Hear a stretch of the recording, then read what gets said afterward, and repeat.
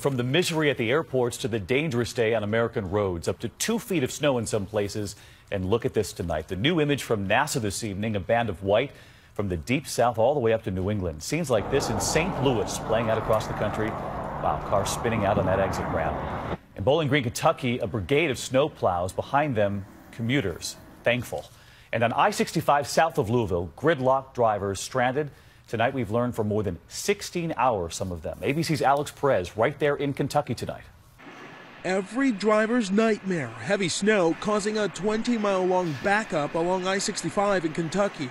Passengers stranded hours. Some, like this mom, forced to spend most of the night in the car with her son. Thankfully, the truck driver ahead of us brought us water so we could make bottles. Parts of Kentucky slammed with more than 2 feet of snow. The National Guard called in to help stranded drivers get to food and warming shelters. It's frustrating because you don't know when it's going to end. The weather woes, all part of a massive storm system causing problems from Dallas to New England.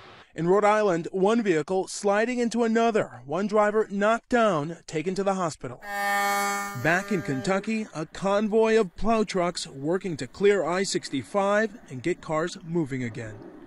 And authorities are hoping to have all of those stranded drivers and their cars out of the way by sometime tonight. Here in Louisville, they are preparing for another blast of bitter cold, expected to be record-breaking cold tomorrow. David? All right, let's get more on that. Cold meteorologist Rob Marciano is in Philadelphia tonight with the storm track and more on the cold moving in next. Rob?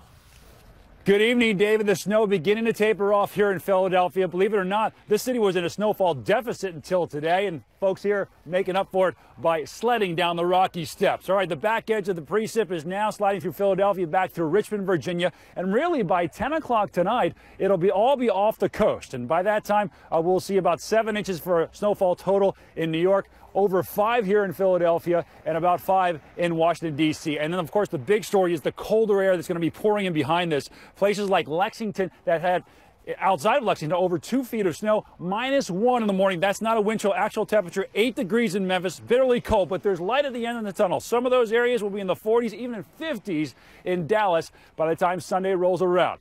That will feel good, David. We will take the relief eventually. Rob Marciano, our thanks to you.